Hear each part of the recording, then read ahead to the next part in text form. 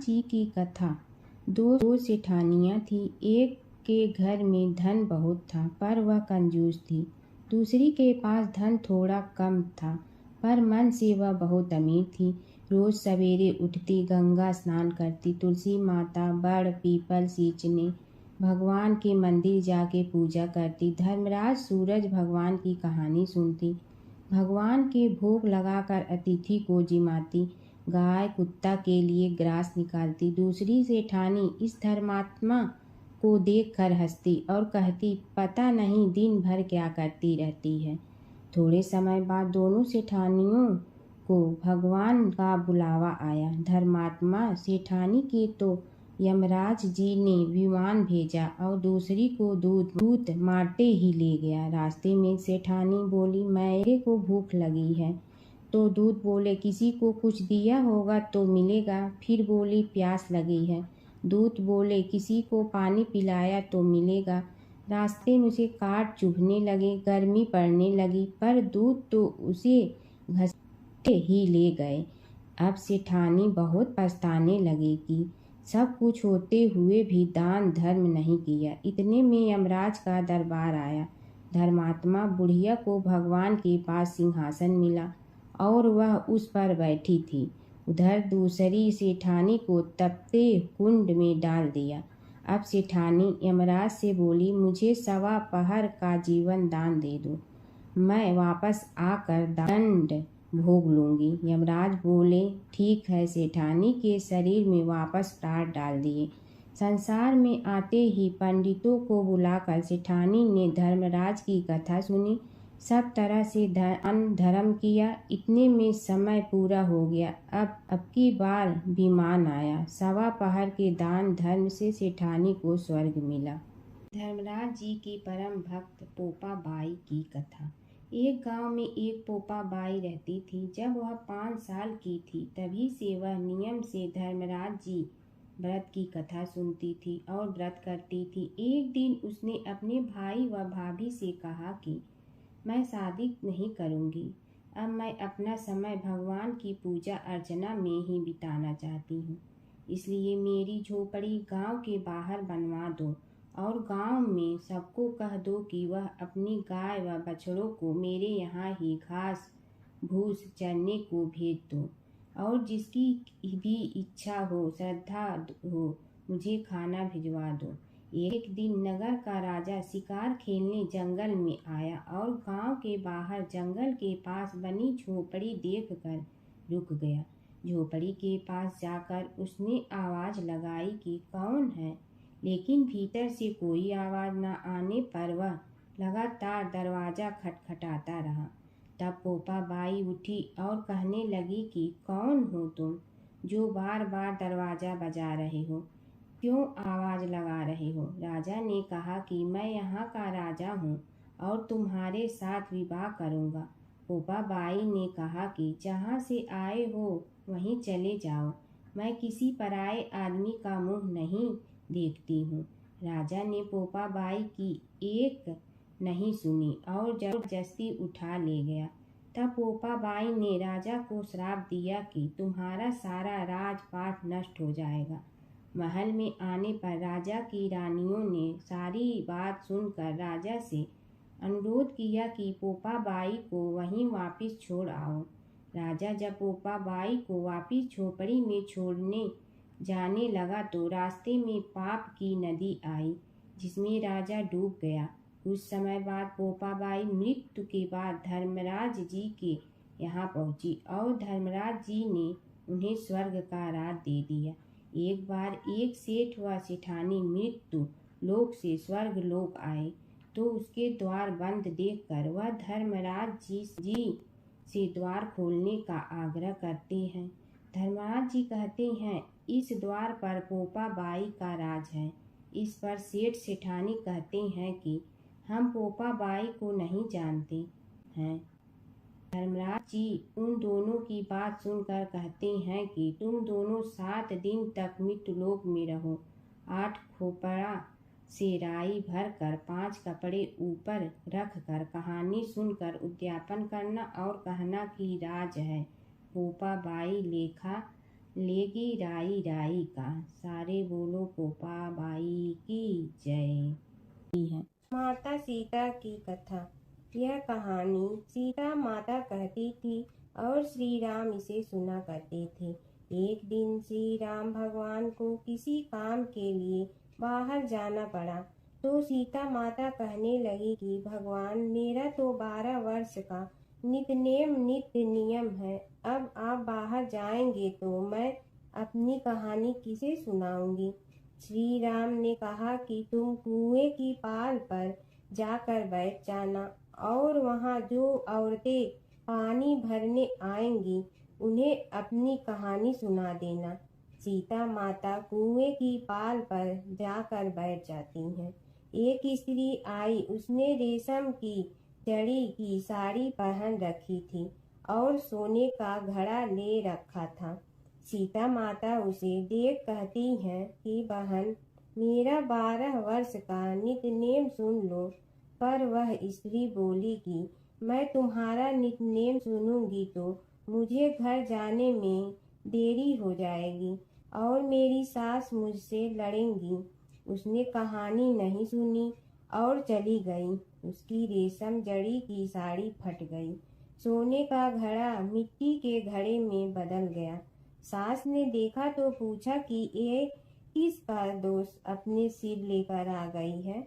बहू ने कहा कि कुएं पर एक औरत बैठी थी, उसने कहानी सुनने के लिए कहा, लेकिन मैंने सुनी नहीं, जिसका यह फल मिला है। बहू की बात सुनकर अगले दिन वही साड़ी और घड़ा लेकर सास कुएं की पाल पर गई। सास को वहीं माता सीता बैठी मिली, तो माता सीता ने कहा कि बहन, मेरी कहानी सुन लीजिए। सास बोली कि एक बार छोड़, मैं तो 4 बार कहानी सुन लूंगी। राम आए लक्ष्मण आए, देश के पुजारी आए, नित नेम का नेम लाए, आओ राम बैठो राम। तपी रसोई जियो राम, माखन मिश्री खाओ राम। दूध बतासा पियो राम, सूत के पलका मोठो राम। साल दुसाला पोठो राम, साल दुसाला ओढ़ो राम। जब बोलो जब राम ही राम, राम संवारे सबके काम। खाली घर भंडार भरेंगे, सबका बेड़ा पार करेंगे। श्री राम जय राम जय जय राम। सास बोली कि बहन, कहानी तो बहुत अच्छी लगी। कहानी सुनकर सास घर चली गई और उसकी साड़ी फिर से रेशम जड़ी की बन गई। मिट्टी का घड़ा फिर सोने के घड़े में बदल गया। बहू कहने लगी, सासू माँ, आपने ये सब कैसे किया। सास ने कहा कि बहू, तू दोष लगा के आई थी और मैं अब दोष उतार कर आ रही हूँ। बहू ने फिर पूछा कि वह कुएं वाली स्त्री कौन है। सास बोली कि वे सीता माता थी। वे पुराने से नया कर देती हैं, खाली घर में भंडार भर देती हैं। वह लक्ष्मी जी का वास घर में कर देती हैं। आदमी की जो भी इच्छा हो उसे पूरा कर देती हैं। बहू बोली कि ऐसी कहानी मुझे भी सुना दो। सास बोली कि ठीक है, तुम भी सुनो। और सास ने कहानी शुरू की। राम आए लक्ष्मण आए, देश के पुजारी आए, नित नेम का नेम लाए, आओ राम बैठो राम। तपी रसोई जियो राम, माखन मिश्री खाओ राम। दूध बतासा पियो राम, सूत के पलका मोठो राम। साल दुसाला पोठो राम, साल दुसाला ओढ़ो राम। जब बोलो जब राम ही राम, राम संवारे सबके काम। खाली घर भंडार भरेंगे, सबका बेड़ा पार करें। श्री राम जय जय राम। कहानी सुनकर बहू बोली कि कहानी तो बहुत अच्छी है। सास ने कहा कि ठीक है, इस कहानी को रोज कहा करेंगे। अब सास बहू रोज सवेरे उठती, नहाती धोती और पूजा करने के बाद नित नेम की सीता की कहानी कहती। एक दिन उनके यहाँ एक पड़ोस की औरत आई और बोली कि बहन, जरा सी आँच दे ना। तो वह बोली कि आज तो अभी हमने जलाई ही नहीं। पड़ोसन ने कहा कि तुम सुबह 4 बजे से उठकर क्या कर रही हो। फिर उन्होंने कहा कि सुबह उठकर हम पूजा करते हैं, फिर सीता माता की नित्य नेम की कहानी कहते हैं। पड़ोसन ने उसकी बात सुनकर फिर कहा कि सीता माता की कहानी कहने से तुम्हें क्या मिलता है? वे बोली कि इनकी कहानी कहने से घर में भंडार भर जाते हैं, सारे काम सिद्ध होते हैं, मन की इच्छा भी पूरी हो जाती है। पड़ोसन कहती है कि बहन, ऐसी कहानी तो मुझे भी सुना दो। फिर वह बोली कि ठीक है, तुम भी यह कहानी सुन लो। राम आए लक्ष्मण आए, देश के पुजारी आए, नित नेम का नेम लाए, आओ राम बैठो राम। सारी कहानी सुनने के बाद पड़ोसन कहने लगी, बहन कहानी तो मुझे बहुत अच्छी लगी। अब वह पड़ोसन भी नित नेम सीता माता की कहानी कहने लगी। कहानी कहने से सीता माता ने पड़ोसन के भी भंडार भर दिए। अब तो पूरे मोहल्ले में नित नेम की कथा चल पड़ी। हर किसी की मनोकामना पूरी होने लगी। हे सीता माता, जैसे आपने उनके भंडार भरे, वैसे ही आप हमारे भी भंडार भरना, सबकी भरना, कहानी सुनने वाले के भी और कहानी कहने वाले के भी। गणेश और बुढ़िया माई की कथा। एक बुढ़िया थी, वह बहुत ही गरीब और दृष्टिहीन थी। उसके एक बेटा और बहू थे। वह बुढ़िया सदैव गणेश जी की पूजा किया करती थी। एक दिन गणेश जी प्रकट होकर उस बुढ़िया से बोले, बुढ़िया माँ, तू जो चाहे सो मांग ले। बुढ़िया बोली, मुझे तो मांगना नहीं आता, कैसे और क्या मांगूं? तब गणेश जी बोले, अपने बहू बेटे से पूछ कर मांग ले। तब बुढ़िया ने अपने बेटे से कहा, गणेश जी कहते हैं तू कुछ मांग ले, बता मैं क्या मांगूं? पुत्र ने कहा, माँ तू धन मांग ले। बहू से पूछा तो बहू ने कहा, नाती मांग ले। तब बुढ़िया ने सोचा कि ये तो अपने अपने मतलब की बात कर रहे हैं। अतः उस बुढ़िया ने पड़ोसन से पूछा तो उन्होंने कहा, बुढ़िया तू तो थोड़े दिन जियोगी, क्यों तू धन मांगो और क्यों नाती मांगे? तू तो अपनी आँखों की रोशनी मांग ले, जिससे तेरी जिंदगी आराम से कट जाए। इस पर बुढ़िया बोली, यदि आप प्रसन्न है तो मुझे 9 करोड़ की माया दे, निरोगी काया दे, अमर सुहाग दे, आँखों की रोशनी दे, नाती दे, पोता दे और सब परिवार को सुख दे और अंत में मोक्ष दे। यह सुनकर तब गणेश जी बोले, बुढ़िया माँ, तुमने तो हमें ठग लिया। फिर भी जो तूने मांगा है वचन के अनुसार सब तुझे मिलेगा। और यह कहकर गणेश जी अंतर ध्यान हो गए। उधर बुढ़िया माँ ने जो कुछ मांगा वह सब कुछ मिल गया। हे गणेश जी महाराज, जैसे तुमने उस बुढ़िया माँ को सब कुछ दिया वैसे ही सबको देना। बुढ़िया माई को मुक्ति दी तुलसी माता की कथा। एक बुढ़िया माई तुलसी जी को सींचती और कहती कि हे तुलसी माता, सत की दाता, मैं तेरा बिडला सींचती हूँ, मुझे बहू दे, पीताम्बर की धोती दे, मीठा मीठा घास दे, बैकुंठा में वास दे, चटक की चाल दे, पटक की मोत दे, चंदन का काठ दे, रानी सा राज दे, दाल भात का भोजन दे, 11 की मौत दे, कृष्ण जी का कंधा दे। तब तुलसी माता यह सुनकर सूखने लगी। तो भगवान ने पूछा कि हे तुलसी, तुम क्यों सूख रही हो? तुलसी माता ने कहा कि एक बुढ़िया रोज आती है और यही बात कह जाती है, मैं सब बात तो पूरा कर दूंगी, लेकिन कृष्ण का कंधा कहाँ से लाऊंगी? तो भगवान बोले, जब वो मरेगी तो मैं अपने आप कंधा दे आऊँगा, तू बुढ़िया माई से कह देना। जब बुढ़िया माई मर गई, सब लोग आ गए। जब माई को ले जाने लगे तो वह किसी से न उठी। तब भगवान एक 12 बरस के बालक का रूप धारण करके आए।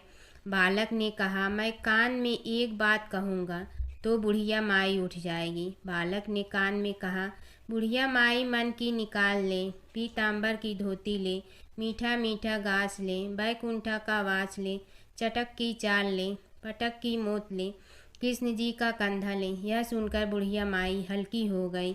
भगवान ने कंधा दिया और बुढ़िया माई को मुक्ति मिल गई। हे तुलसी माता, जैसे बुढ़िया माई को मुक्ति दी वैसे सबको देना। जमुना की कहानी। प्राचीन समय में एक गांव था जिसमें 2 बहनें रहा करती थी। एक बहन का नाम गंगा था तो दूसरी बहन का नाम जमुना था।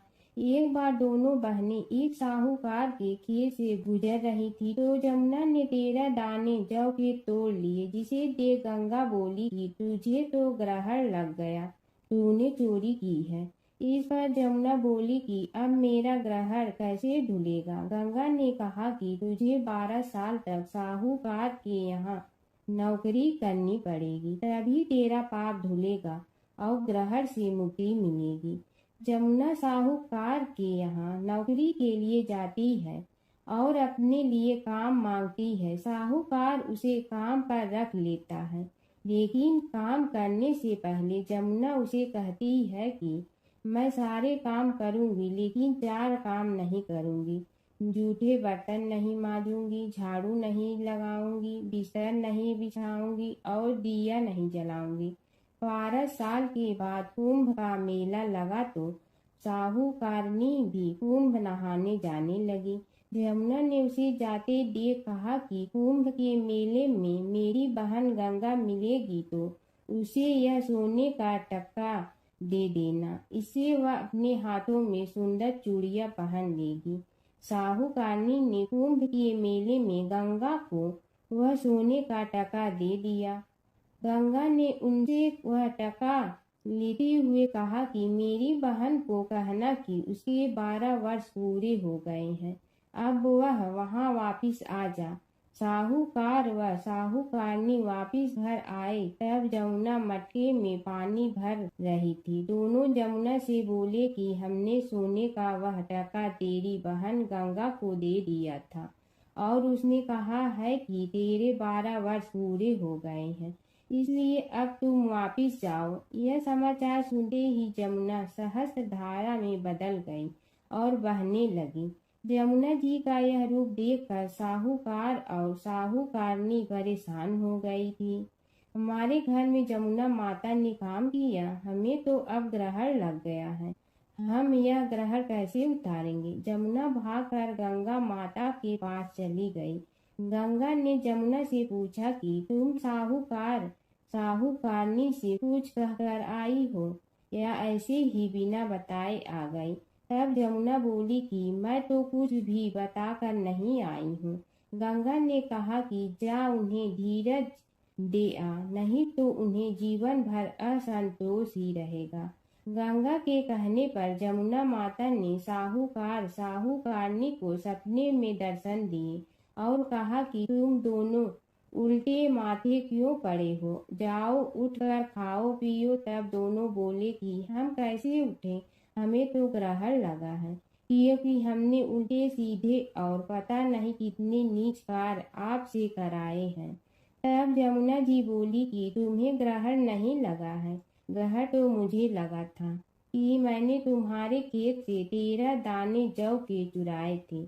मैं तो अपना ग्रहण उतारने तुम्हारे घर आई थी। मेरा ग्रहण तुम्हारे घर में 12 वर्ष तक रहने से उतर गया है और मेरी मुक्ति हो गई है। जमुना जी ने कहा कि तुम्हें कोई ग्रहण नहीं लगा है, उल्टे मेरे 12 वर्ष तक यहाँ रहने से तुम्हारी भी मुक्ति हो गई है। यह कहकर जमुना जी स्वप्न से चली गई। दोनों उठकर देखते हैं कि उनके घर में पहले से भी अधिक धन हो गया है। हे जमुना माता, जैसे आपने साहूकार व साहूकारनी की मुक्ति कराई, वैसे ही आप अपने सभी भक्तों की करना।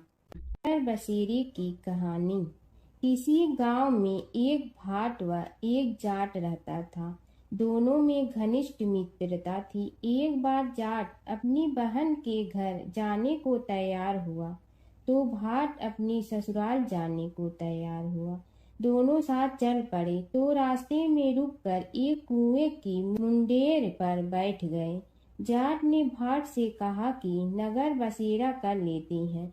इस पर भाट बोला कि तू ही नगर बसेरा कर ले, मैं तो अपनी ससुराल जा रहा हूँ, वहाँ खूब खातिर होगी मेरी, तू कर ले नगर बसेरा।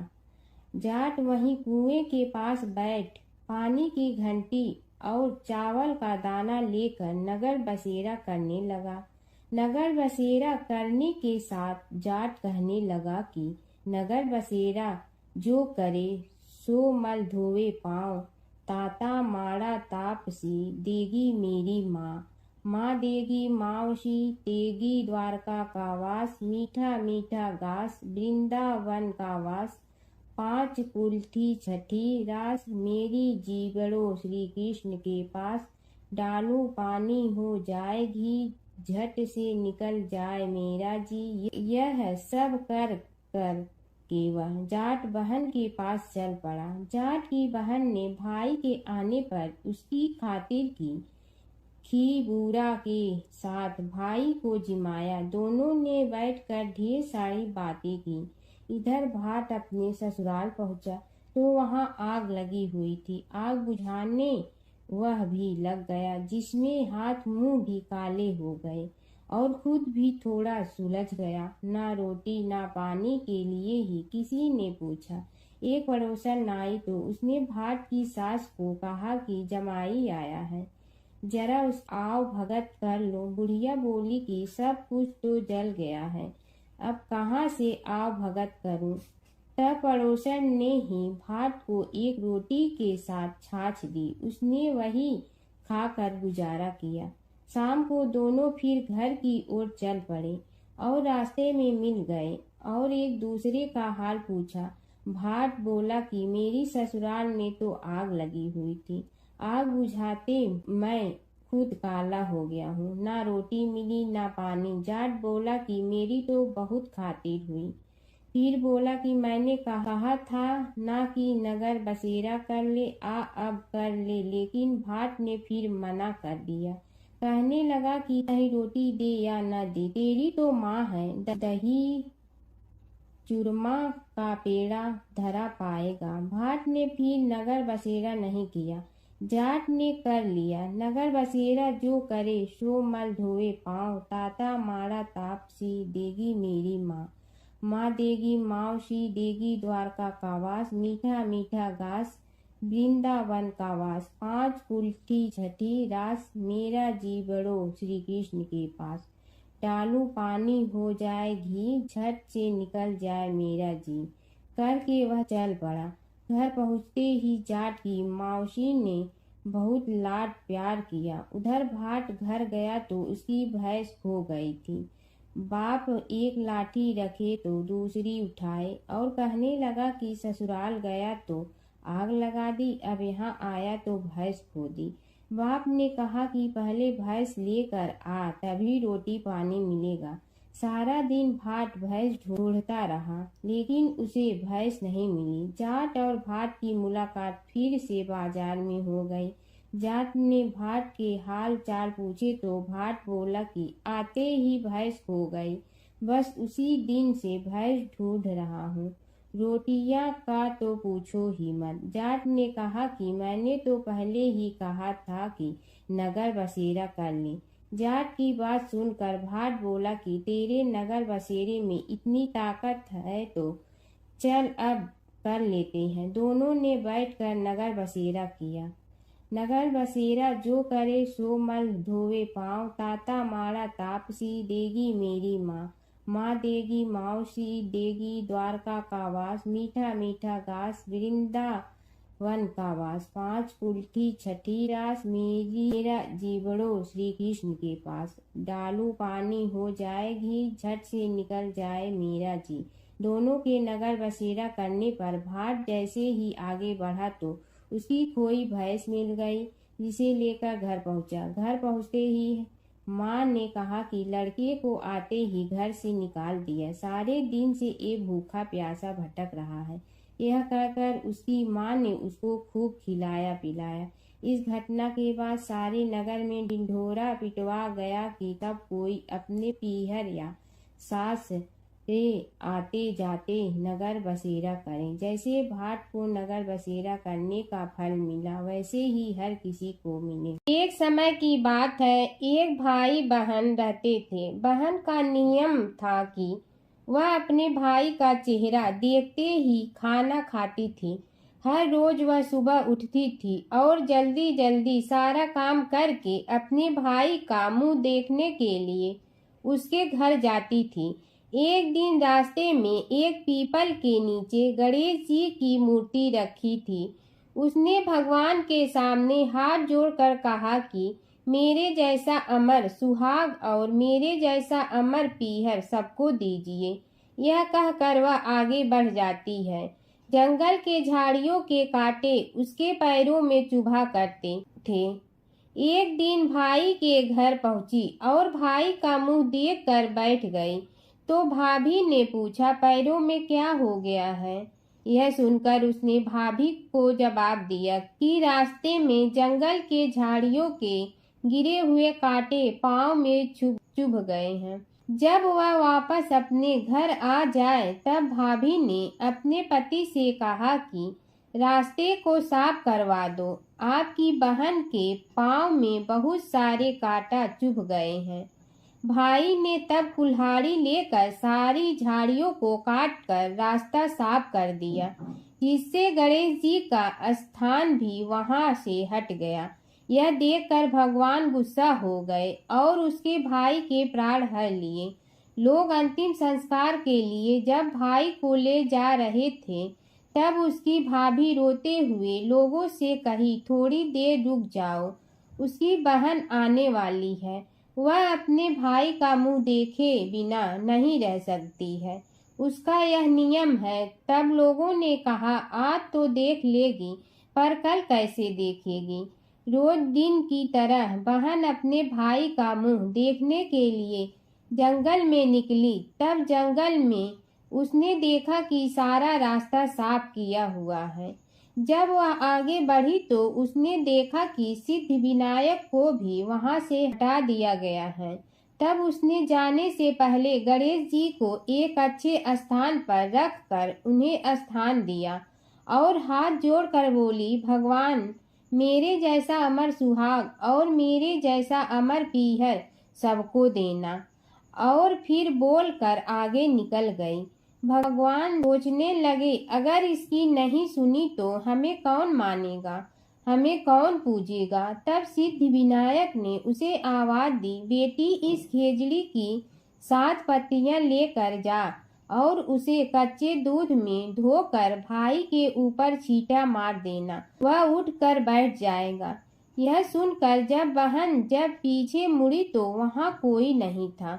फिर वह यह सोचने लगी कि ठीक है, जैसा सुना वैसा कर लेती हूँ।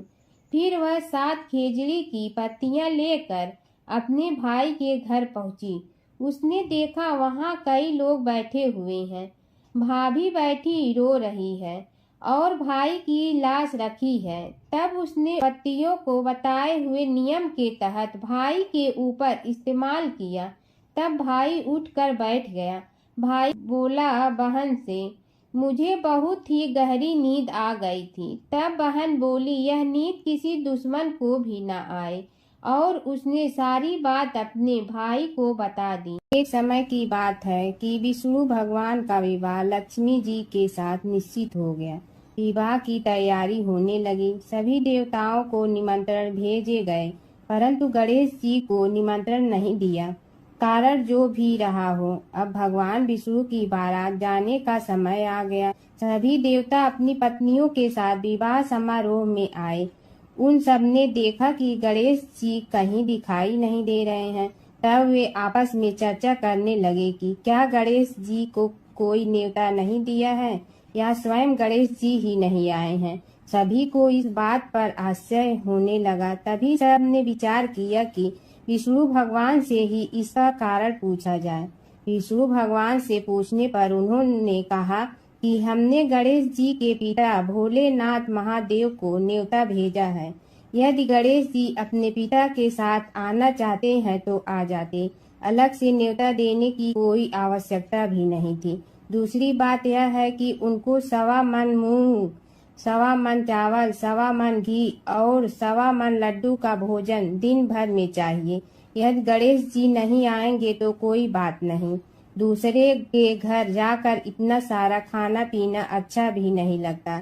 इतनी वार्ता कर ही रहे थे कि किसी एक ने सुझाव दिया, यदि गणेश जी आ भी जाए तो उनके द्वारपाल बनाकर बैठा देंगे कि आप घर की याद रखना।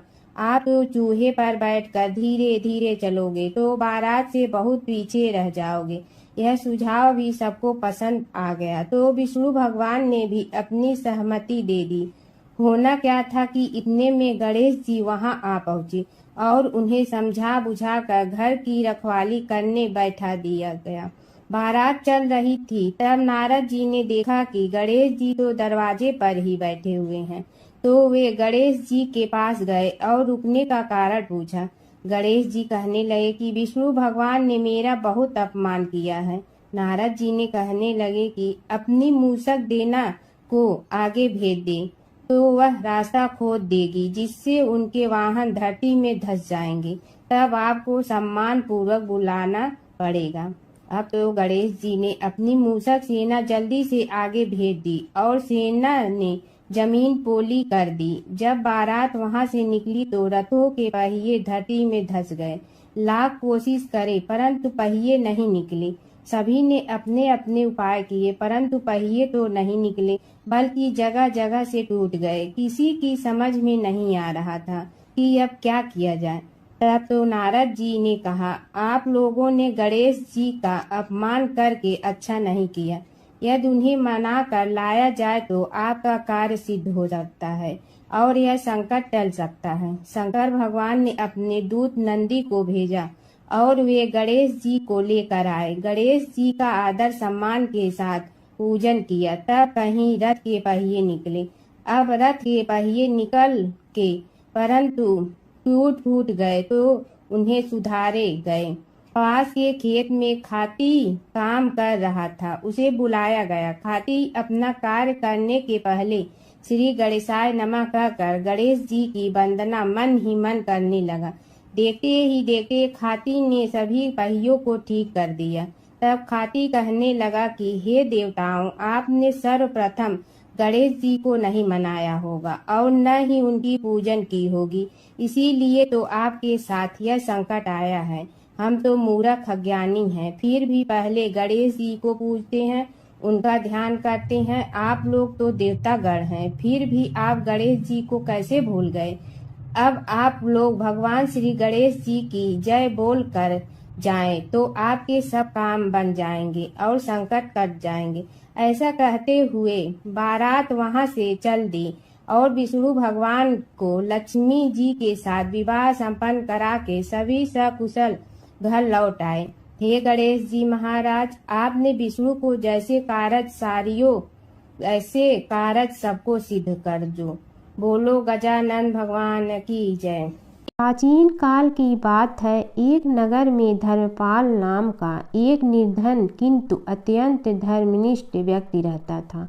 वह न तो अधिक पूजा पाठ जानता था और न ही उसके पास धन था, परंतु उसके हृदय में भगवान विष्णु के प्रति अपार श्रद्धा थी। प्रतिदिन प्रातः स्नान कर भगवान विष्णु का स्मरण करता और तुलसी दल अर्पित करता। तब भी वह हरि नाम का जाप करता रहता। एक दिन किसी कारणवश वह पूजा न कर सका। मन में ग्लानि हुई और रात को उसने भगवान विष्णु से क्षमा याचना की।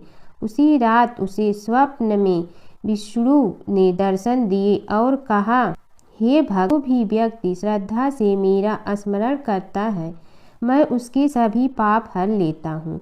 भक्ति में विधि नहीं, भाव प्रधान होता है। कुछ समय बाद धर्मपाल के जीवन की सभी कठिनाइयाँ दूर हो गई।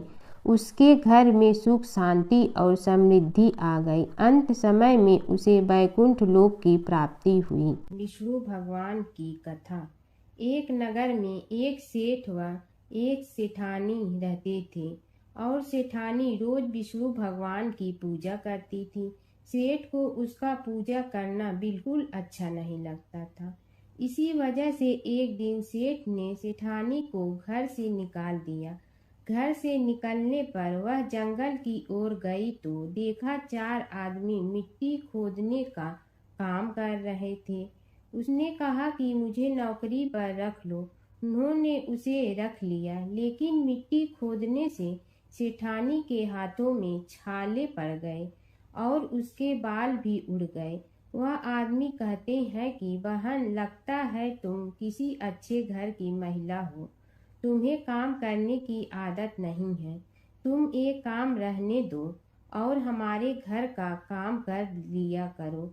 वह चारों आदमी उसे अपने साथ घर ले गए और वह 4 मुट्ठी अनाज लाते और सभी बांट कर खा लेते। एक दिन सेठानी ने कहा कि कल से 8 मुट्ठी अनाज लाना। अगले दिन वह 8 मुट्ठी अनाज लाए और सेठानी पड़ोसन से आग मांग लाई। उसने भोजन बनाया, विष्णु भगवान को भोग लगाया, फिर सभी को खाने को दिया। सारे भाई बोले कि बहन, आज तो भोजन बहुत स्वादिष्ट बना है। सेठानी ने कहा कि भगवान का जूठा है तो स्वाद तो होगा ही। सेठानी के जाने के बाद सेठ भूखा रहने लगा और आस पड़ोस के सारे लोग कहने लगे कि ये तो सेठानी के भाग्य से खाता था। एक दिन सेठ अपनी सेठानी को ढूंढने चल पड़ा। उसने ढूंढते हुए वह भी उस जंगल में पहुंच गया जहां वह चारों आदमी मिट्टी खोद रहे थे। सेठ ने उन्हें देखा तो कहा कि भाई, मुझे भी काम पर रख लो। उन आदमियों ने उसे काम पर रख लिया, लेकिन मिट्टी खोदने से उसके भी हाथों में छाले पड़ गए और बाल उड़ने लगे। उसकी यह हालत देख चारों बोले कि तुम्हें काम की आदत नहीं है, तुम हमारे साथ चलो और हमारे घर में रह लो। सेठ उन चारों आदमियों के साथ उनके घर चला गया और जाते ही उसने सेठानी को पहचान लिया, लेकिन सेठानी घूंघट में थी तो सेठ को देख नहीं पाई। सेठानी ने सभी के लिए भोजन तैयार किया और हर रोज की भांति विष्णु भगवान को भोग लगाया। उसने उन चारों भाइयों को भोजन परोस दिया, लेकिन जैसे ही वह सेठ को भोजन देने लगी तो विष्णु भगवान ने उसका हाथ पकड़ लिया। भाई बोले कि बहन, ये तुम क्या कर रही हो?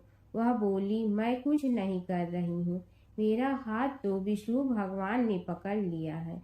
भाई बोले, हमें भी विष्णु भगवान के दर्शन कराओ। उसने भगवान से प्रार्थना की तो विष्णु जी प्रकट हो गए। सभी ने दर्शन किए। सेठ ने सेठानी से क्षमा मांगी और सेठानी को साथ चलने को कहा।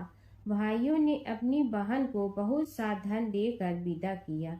जब सेठानी के साथ सेठ भी भगवान विष्णु की पूजा करने लगा और उनके परिणाम से उनका घर अन्न धन से भर गया। प्राचीन काल की बात है। नैमिषारण्य क्षेत्र में ऋषि, महर्षि और साधु संतों का समाज जुड़ा था। उसमें श्री सूत जी भी विद्यमान थे। शौनक जी ने उनकी सेवा में उपस्थित होकर निवेदन किया कि हे अज्ञान रूप घोर तिमिर को नष्ट करने में करोड़ों सूर्यों के समान प्रकाशमान श्री सूत जी, हमारे कानों के लिए अमृत के समान जीवन प्रदान करने वाले कथा तत्व का वर्णन कीजिए। हे सूत जी, हमारे हृदयों में ज्ञान के प्रकाश की वृद्धि तथा भक्ति, वैराग्य और विवेक की उत्पत्ति जिस कथा से हो सकती हो, वह हमारे प्रति कहने की कृपा कीजिए। शौनक जी की जिज्ञासा से सूत जी बड़े प्रसन्न हुए। पुरातन इतिहासों के स्मरण से उनका शरीर पुलकायमान हो रहा था। वे कुछ देर उसी स्थिति में विराजमान रहकर कुछ विचार करते रहे और अंत में बोले, शौनक जी, इस विषय में आपके चित्त में बड़ी जिज्ञासा है। आप धन्य हैं जो सदैव ज्ञान की प्राप्ति में तत्पर रहते हुए विभिन्न पुराण कथाओं की जिज्ञासा रखते हैं। आज मैं आपको ज्ञान के परम स्रोत रूप श्री गणेश जी का जन्म कर्म रूप चरित्र सुनाऊंगा। गणेश जी से ही सभी ज्ञानों, सभी विद्याओं का उद्भव हुआ है। अब आप सावधान चित्त से विराजमान हो। श्री गणेश जी के ध्यान और नमस्कार पूर्वक उनका चरित्र श्रवण करें। नमस्तस्मै गणेशाय ब्रह्मा विद्या प्रदायिनी यनागस्त्यसमः साक्षात विघ्न सागर सोसड़े।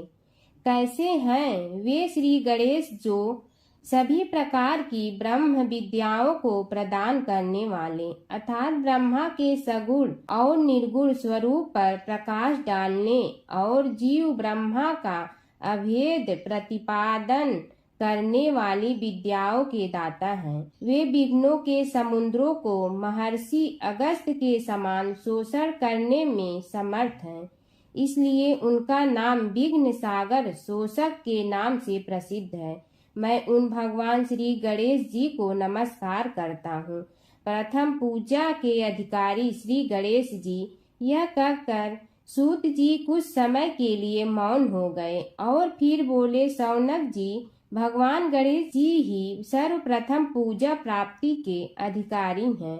किसी भी देवता की पूजा करो, पहले उनकी पूजा करो। शौनक जी ने निवेदन किया, हे भगवान, हे सूत, सर्वप्रथम यह बताने की कृपा कीजिए कि गणेश जी को प्रथम पूजा का अधिकार किस प्रकार प्राप्त हुआ। इस विषय में मेरी बुद्धि मोह को प्राप्त हो रही है कि सृष्टि रचयिता ब्रह्मा जी, पालन करता भगवान नारायण और संहार करता शिव जी में से किसी को प्रथम पूजा का अधिकारी क्यों नहीं माना गया। यह त्रिदेव ही तो सबसे बड़ा देवता माने जाते हैं। सूत जी ने कहा, शौनक जी, यह भी एक रहस्य ही है। देखो, अधिकार मांगने से नहीं मिलता, इसके लिए योग्यता होनी चाहिए। संसार में अनेकों देवी देवताएं पूजे जाते हैं। पहले जो जिसका इष्ट देव होता है वह उसी की पूजा किया करता है। इससे बड़े देवताओं के महत्व में कमी आने की आशंका उत्पन्न हो गई। इस कारण देवताओं में परस्पर विवाद होने लगा। वे उसका निर्णय प्राप्त करने के लिए शिव जी के पास पहुँचे और प्रणाम करके पूछने लगे, प्रभु, हम सब में प्रथम पूजा का अधिकारी कौन है। शिव जी सोचने लगे कि किसे प्रथम पूजा का अधिकारी माने। तभी उन्हें एक युक्ति सूझी। बोले, देवगण, इसका निपटारा बातों से नहीं तथ्यों से होगा।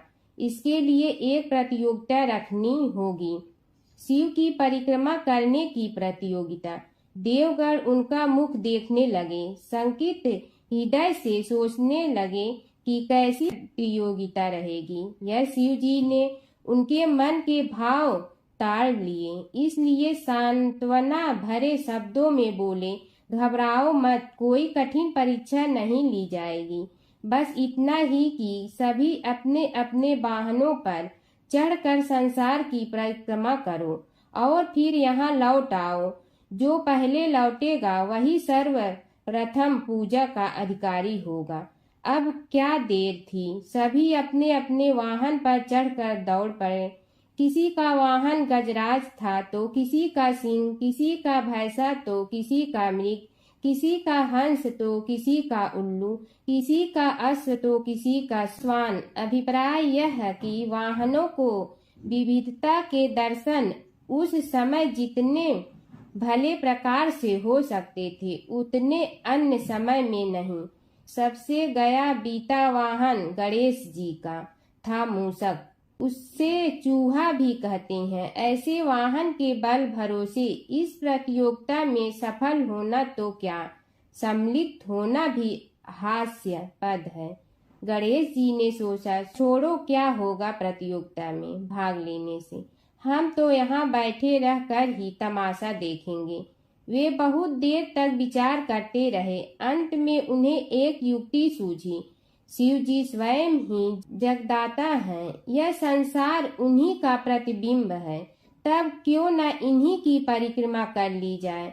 इनकी परिक्रमा करने से ही संसार की परिक्रमा हो जाएगी। ऐसा निश्चय कर उन्होंने मूषक पर चढ़कर शिव जी की परिक्रमा की और उनके समक्ष जा पहुँचे। शिव जी ने कहा, तुमने परिक्रमा पूर्ण कर ली। उन्होंने उत्तर दिया, जी हाँ। शिव जी सोचने लगे कि इसे तो यहीं घूमते हुए देखा, फिर परिक्रमा कैसे कराया। देवताओं का परिक्रमा करके लौटना आरंभ हुआ और उन्होंने गणेश जी को वहां बैठे देखा तो माथा ठनक गया। फिर भी साहस करके बोले, अरे तुम विश्व की परिक्रमा के लिए नहीं गए, गणेश जी ने कहा, अरे मैं कब का यहाँ आ गया।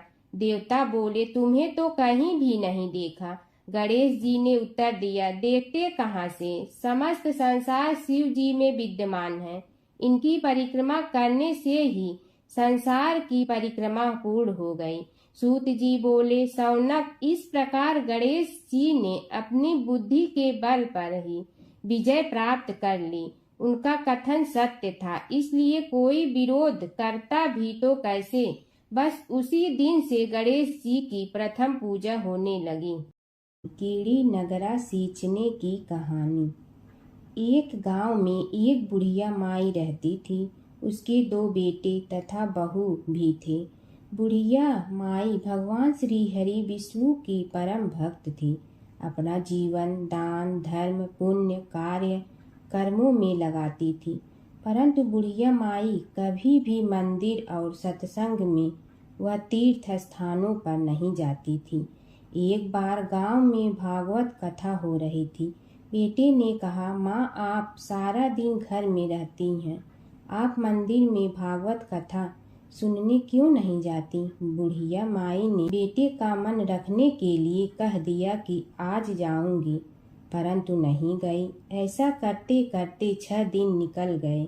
बुढ़िया माई के बेटे ने कहा, माँ, आज अंतिम दिन है, आज तो कथा सुनने आपको जाना ही पड़ेगा।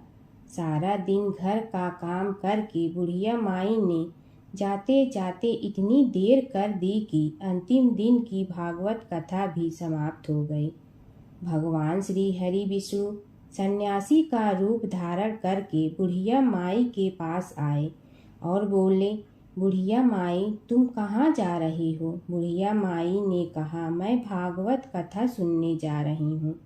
तब सन्यासी रूपधारी भगवान श्री हरि विष्णु ने कहा, अब इतनी देर से क्यों जा रही हो, वहाँ तो अब कथा समाप्त हो गई है, अब वहाँ जाकर क्या करोगी। बुढ़िया माई ने कहा, अब घर से निकली हूँ तो जाकर ही रहूंगी। सब सन्यासी रूपधारी भगवान श्री हरि विष्णु ने कहा कि अब कथा समाप्त हो गई, भक्त लोग भी अपने अपने घर चले गए, अब तुम वहाँ से क्या लाओगी। तो बुढ़िया माई बोली, कुछ नहीं तो मैं वहाँ से एक ईंट ही उठा लाऊंगी।